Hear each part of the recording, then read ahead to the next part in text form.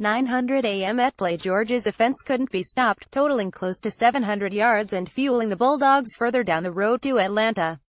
Well, we know who the best two teams in the SEC are. As for everything else, it's anybody's guess.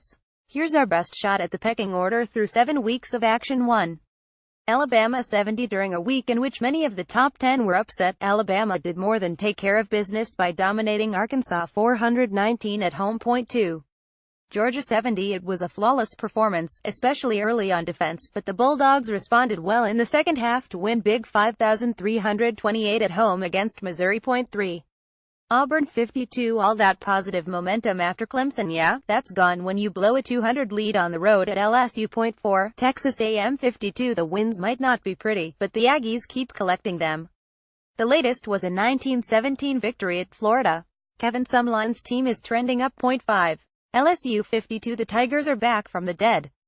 2 consecutive SEC wins, the latest a 2,723 comeback win over Auburn, have the Tigers' confidence up. 6. South Carolina 52. Say what you want about Tennessee, but an SEC road win is an SEC road win, no matter how ugly.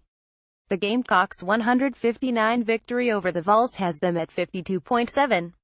Florida 33. Not even swampy green uniforms could save the Gators' struggling offense as it failed to put away Texas A&M at home. 8. Kentucky 51. The Wildcats were idle this week and return in Week 8 with a key road game at Mississippi State. 9.